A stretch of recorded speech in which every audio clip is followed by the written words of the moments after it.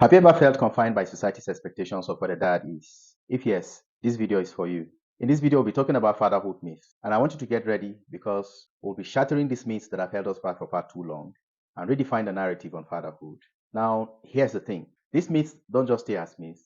They can have real, lasting impact on us as fathers and our families. In other words, they can actually shape our expectations, shape our interactions, and even the opportunities we seize in our parenting journey. But don't worry, our mission is to provide you with the truth and the inspiration you need to break free from these chains and embrace a new era of fatherhood. But before we dive in, my name is Jonah Akut Daniel, and if you are new here, please subscribe to this channel so you don't miss out on the empowering content we bring your way every week.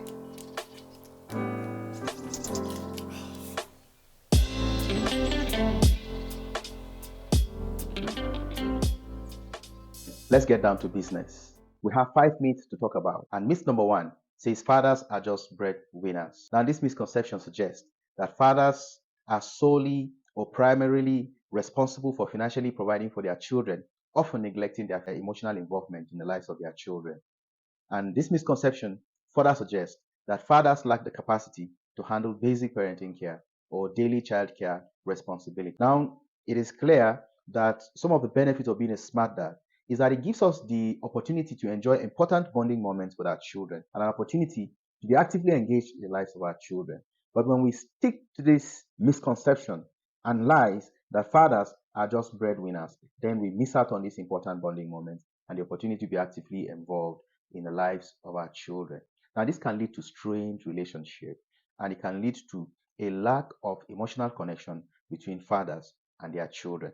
Now, is it true that fathers are just breadwinners? Certainly not, because we have research sources and statistics that show that fathers are becoming more involved in caregiving and are spending more time with their children than ever before. We have the Pew Research Center's report that shows that 59% of fathers say they share equally in parenting responsibilities such as cooking, diapering, feeding, and an additional 54% of them say they spend more time with their children than ever before. We also have 63% of them that say that they are doing a very good job as fathers. We also have the National Survey of Family Growth that shows that fathers are increasing their involvement in childcare activities, so that in 2015, fathers spent an average of 7.5 hours per week on caregiving, up from an average of 2.5 hours per week in 1965. Now we can see that these research sources and statistics provide us with concrete evidence of the changing dynamics in fatherhood, showing that fathers are becoming actively involved in parenting tasks, especially or including those traditionally connected to caregiving. If we are to add a biblical perspective to this, Ephesians chapter 6 verse 4 says, "Fathers, do not exasperate your children, but instead bring them up in the instruction and training of the Lord." We can see that this verse shows that being a smart dad is not just about being a financial provider. It goes beyond that. This verse emphasizes the importance of nurturing and bringing up children in a holistic manner, combining both spiritual and emotional guidance.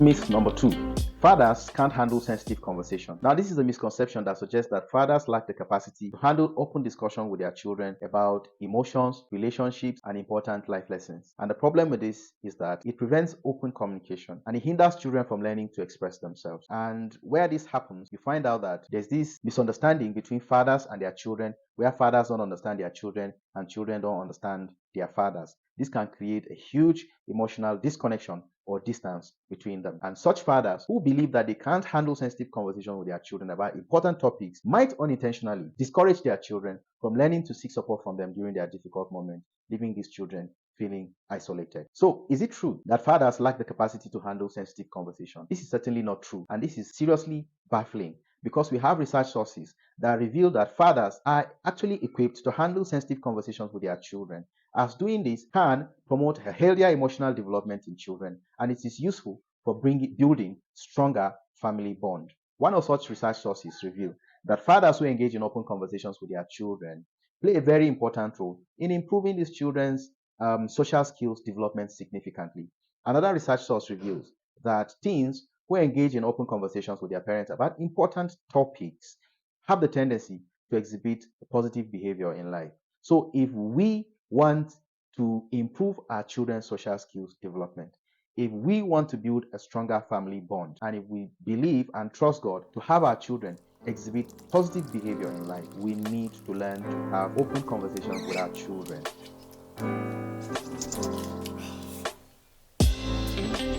Myth number 3 says that men don't do household chores.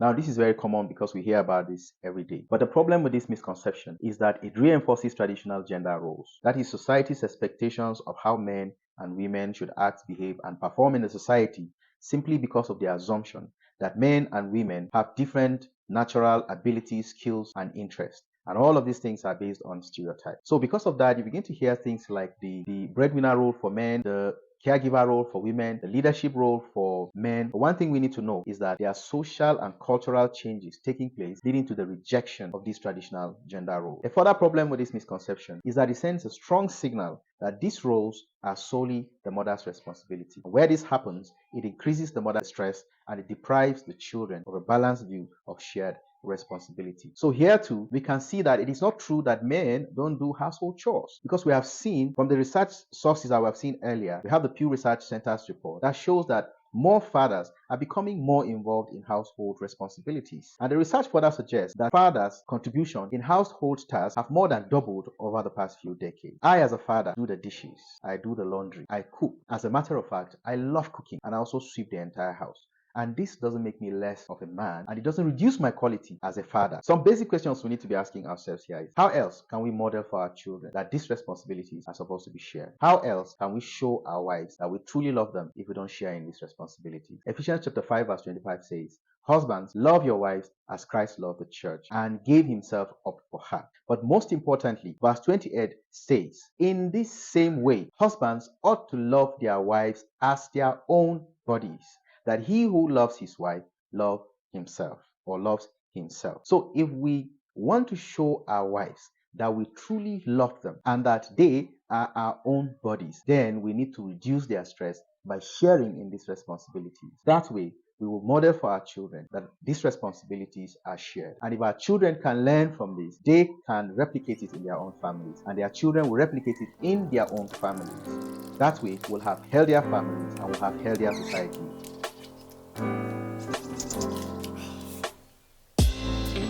Number 4, quality time matters more than quantity time. Now, this is a notion that suggests that fathers only need to spend occasional special moments for building connection with their children, neglecting the importance of consistent presence in the lives of their children. Some fathers even use this as an excuse for being too busy to spend more time with their children.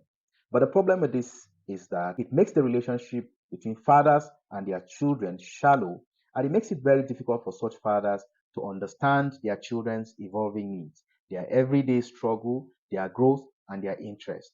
So yes, quality time is important, but it doesn't matter more than quantity time. The Journal of Marriage and Family reveals that fathers who spend more time with their children had children who reported higher satisfaction in life and fewer behavioral and emotional problems. We also have this encouragement in the Raising Champion Families that says that we must make adjustments in our commitment and our schedules to be able to take advantage of quality time when they arise. Because quality time arises when they are not expected or planned. In other words, we enjoy quality time during the space of time allowed for dinner, during conversations at bedtime, or even helping children with homework, or during household activities. So what we are saying here is that both quality time and quantity time are important, and as smart that we need to spend more time with our children.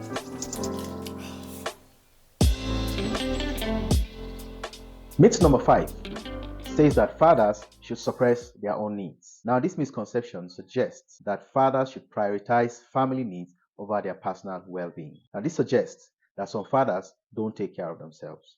And the problem with neglecting self-care is that it leads to burnout, increased stress, and such fathers might find it very difficult to provide the emotional support that their family needs. So because of increased stress, maybe lack of sleep, emotional issues such as anxiety, depression, lifestyle challenges, so that such as poor nutrition, lack of exercise, too much alcohol consumption, among other things, such father might become irritable, and such father might model unhealthy behavior for his children. So that's why sometimes you see some fathers frequently shouting, using aggressive language, exhibiting unhealthy coping mechanisms such as substance abuse, overeating, excessive screen time, all in an effort to deal with stress. And these are negative patterns that children can learn from. So it's important for us as smart dads to learn to take care of ourselves. We need to practice self-care. One of our research sources revealed that fathers who prioritize self-care are better equipped to provide the support and the guidance that their family needs. So we can see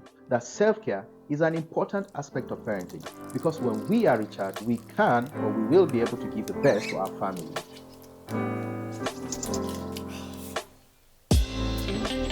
As we wrap up this video, remember that change begins with us. And by shattering these myths, we're actually paving the way for fathers to be their authentic selves, capable of being actively involved in parenting and creating an environment where children thrive and where society benefits from the diverse strengths of modern fathers.